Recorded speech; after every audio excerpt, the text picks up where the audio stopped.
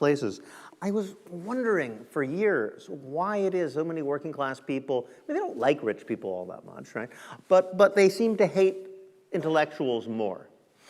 And I thought about this for years, and then I thought, you know, there's two slogans that seem to most motivate people, that most effective slogans of right-wing populists. And one of them is the sort of "we hate the liberal elite," and the other one is "support the troops." There's this idea that you must give unwavering loyalty to soldiers, especially foot soldiers. Officers are never quite so sure. Well, why is that?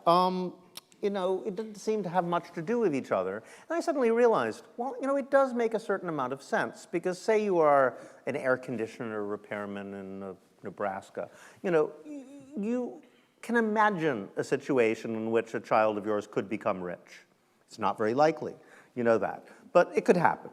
But basically, there's just no way that, no matter how smart your kid is, they will ever become drama critic for the New York Times or an international human rights lawyer. It's just not going to happen, right?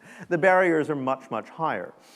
So on the other hand, and if you look at the kind of jobs from which people call the liberal elite and from which people are locked out, they're basically jobs which involve the pursuit of some value other than money, in which you do actually get well compensated. So if you look at the pursuit, you know, it's an argument about nobility. If you look at the pursuit of truth, beauty, you know, truth as in journalism, beauty, art, the arts, charity work, almost anything involving values as opposed to simply economic value, higher education, literature, activism in human rights, any of these things, if you want to actually do that and get paid, well, there's this whole rigmarole you have to go through of university training. You have to do unpaid internships and live in a city like San Francisco and New York on no money for 2 years. Basically, unless you are part of that class of people who are already doing that, forget it, you can't. This is why I think Hollywood has become the sort of symbol of the liberal elite. There was a time, you know, even back in the 30s, where people believed Hollywood is the land of opportunity.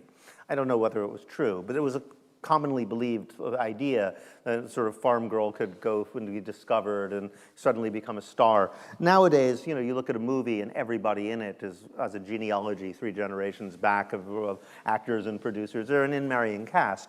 And then if those guys go off and claim to care about the common man, you know, like, come on. So you can understand right-wing objections. So if you are that air conditioner repairman's child, you know, from Nebraska, and you want to do get well payment and benefits to do something noble, what can you do? You can join the army. That's basically it. So the idea of support the troops and we hate the liberal elites is actually the same concept.